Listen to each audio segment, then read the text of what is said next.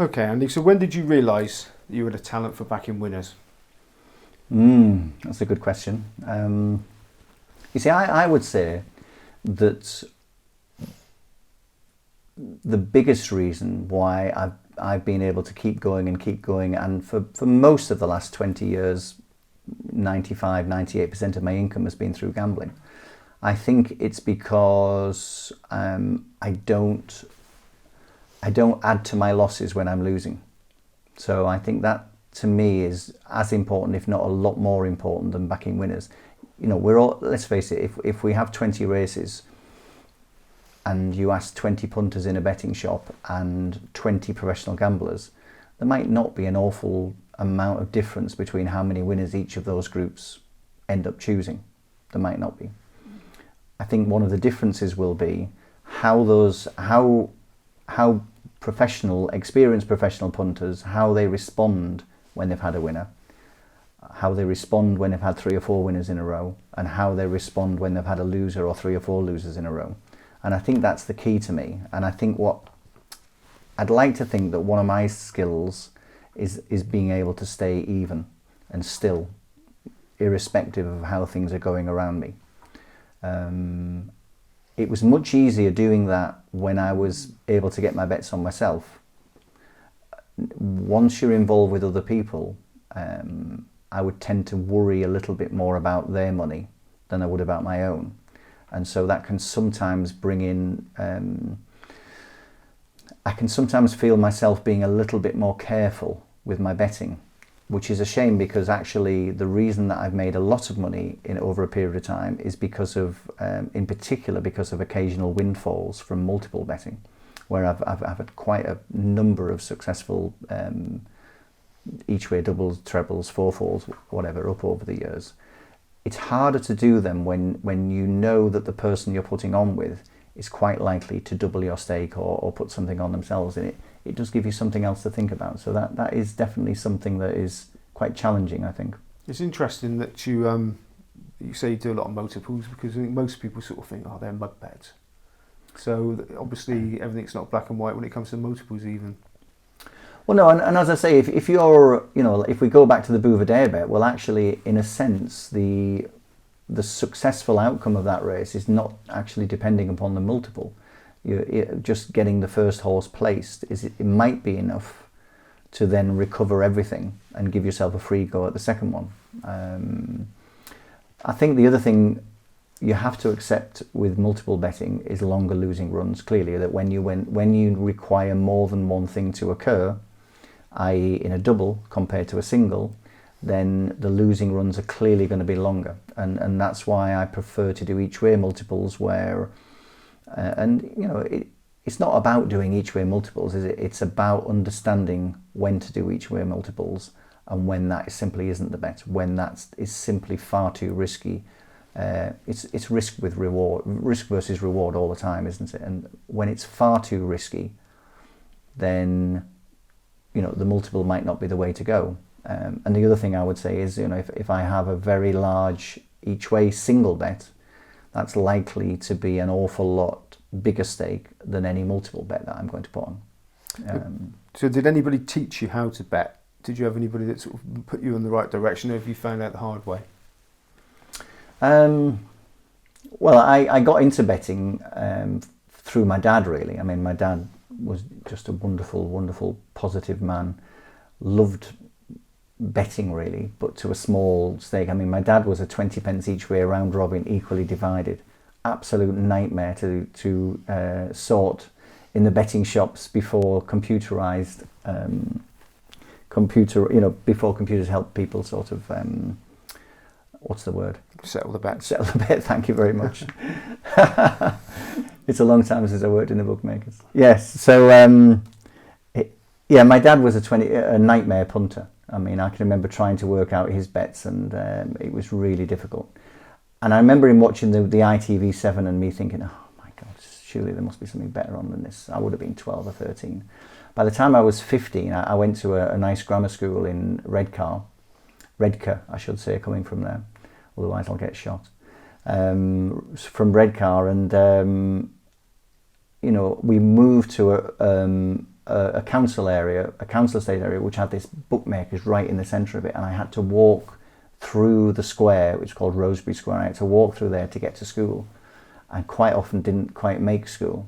And and I found that when there was TV racing on, and obviously that would only be on when it was on the ITV7 or whatever, or midweek top racing, I very quickly bought, I was probably 14 or 15, and bought an index box, which all anoraks must have, and with A to Z cards in, and then I started writing little notes on my horses. And the thing I learned from, I think, first of all, was I remember going in there the first time and seeing a couple of local successful businessmen in there, and they'd walk in and they'd go up to the newspapers on the wall, and about 11 seconds later they'd write a betting slip, and it was clearly like 50 quid or something. And I remember thinking, surely they wouldn't run their business like that. Surely they'd want to understand more. And I guess it just felt home, more of a home. Certainly felt more of a home to me than going to school. But my dad was a small-time punter, but I think that's probably why I ended up getting into it. So, understanding a roundabout way, your dad was got you into ATR RUK punditry. Certainly at the races stuff, and that was 2010. I never really had. I'd never had an inclination to do anything other than gamble, really, study and gamble, and then my dad was diagnosed with prostate cancer in 2005 and given 5 years to live. 2010, he was quite close to the end, and I had the opportunity of going on at the races and doing a Cheltenham Festival preview with Mick Fitzgerald and Luke Harvey. I think it was certainly Mick Fitz. I think the first one was Luke Harvey. And Matthew Taylor, who was very, very kind to me, he sent my dad a DVD of the video. So on my 50th birthday, that was 9 years ago, my 50th birthday, Luke Harvey, myself, Mick Fitzgerald, on the DVD, me and my dad on my 50th birthday sat down and watched it, and that was, really beautiful. That was just a wonderful thing. And then actually, just after that, my dad lived about another 6 weeks after that, but obviously the Grand National meeting came after that, and my dad was in the hospice, and I was sat with him, and the nurse came round in the hospice with the sweepstake for the Grand National, and my dad picked his little ticket out. I think it was £1 a ticket or something, and my dad picked his ticket out, and he got Don't Push It for the Grand National. So we watched the race, and afterwards, obviously. Anyway, she came round after the race with an envelope with 25 quid in it, and she gave my dad the money, and my dad looked at me and he said, "I can still pick him, Now you also do William Hill Radio, so a lot of people listen to you. Do you listen to anybody else? Anybody's tips, for example? I'd be interested in listening to people who might, for example, move the market or something like that. I have 2 or 3 people, maybe for the last 4 or 5 years. A friend of mine, Andy Holding, we occasionally swap thoughts. As I say, I do time comparisons that tell me a story, whereas Andy's very much about speed figures and numbers. And I've kind of found over the years, 3 or 4 years, that in the winter, if Andy and I strongly concur on something, that I think I haven't kept a spreadsheet on it, but I'm pretty certain those horses have a very good record. More recently, I've started swapping thoughts with Andrew Mount, who I know is a good friend of yours, and that's been really helpful. Apart from the fact that those 2 people are particularly skilled people, just not being on your own.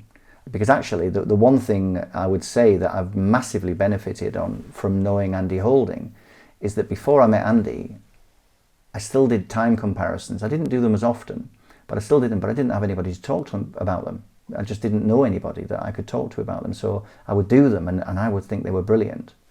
Whereas, of course, Andy is absolutely mad about speed figures. So suddenly I've got someone to talk to about them, which means that now I'm comparing times on races probably 5 times what I would have been before I met Andy. Okay, so Sorry, what about stable info? Do you get anything like that? I probably get sent somewhere between 5 and 15 horses most days I would say. And I probably end up betting, I don't know, maybe 1 or 2 of them a month maybe. But that's not to say that they're not useful.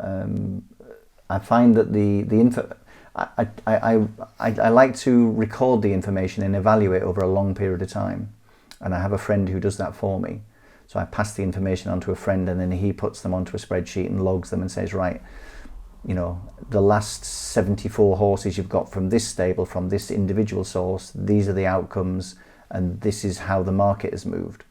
And so even if the outcomes are not very strong, like 6 winners out of 74 or whatever, if the market has moved 46 times positively on that horse, obviously that's still very, very helpful information. So, you know, at the baseline of do I take tips and back them? No, but I do take them on board, absolutely, and some more than others. And I take a long time to be, I'm very skeptical, and I take a long time to be persuaded to get involved, you know, like to put the information a little bit higher up my pecking order. Couple of rules I have on it: I never back information on debutants, in particular 2-year-olds, and in particular bumper horses. I just find that they can be burning up the gallops and doing all sorts of wonderful things, and the amount of times that they run, the penny eventually drops, but too late for that day, and then they win the next time. You know, you'd go skint, I think, following those horses. Okay, now you do your website, we've talked about, and you also pundit on William Hill Radio. Why do you share your 9, 10, 11, 12 hours work a day with people just sat at home? You know, why do you give away that knowledge that you've worked so hard to glean? Yeah, that's a good question. I think, and I would have always been massively skeptical of anybody working in TV claiming to be a professional punter. I would always think, well, they're doing 5 shifts a week here on whatever. You know, if they need the money that much, surely they can't be that successful. And that was at a point when 100% of my money was professional gambling. I would say now maybe 90% of my money is gambling, and 10% is various bits and bobs I do with my website and various bits and bobs of media work. I don't do very much, but I do enjoy doing it. I wasn't very well a couple of years ago, and that was quite life-changing for me. I actually got prostate cancer the same as my dad, and I had some tumours removed, and I had a radical prostatectomy, which is a major operation. And the thing with that operation is, you know, obviously my dad had just died of it a few years before. There was a few weeks where you're waiting for your results, and that's quite a tricky time, and it's quite a thought-provoking time. And the one thing I thought was, you know what, if I'm lucky enough to carry on after this, do I really want to sit in front of these screens here watching horses go around in a circle all day long? I know I can do that for 6 months, 7 days a week, 8, 9, 10 hours a day, and I know I can make enough money for us to be comfortable. So what? You know, what does that bring me? I thought, if I'm going to get something out of this sport, then I'm going to start going out, I'm going to start doing things. So I got more involved with my website. I immediately auditioned for Racing UK, and then I've done a few gigs for them last year. I got involved with Weatherby's, I got involved with William Hill Radio, and it's been absolutely brilliant for me. And just getting out, meeting nice people. I've met probably 7 or 8 people who I know I'm in regular contact with. My life in horse racing is so much more interesting now. Now I'm not somebody who would want to be on TV 3 or 4 times a week, but you know, once a month would be enough for me.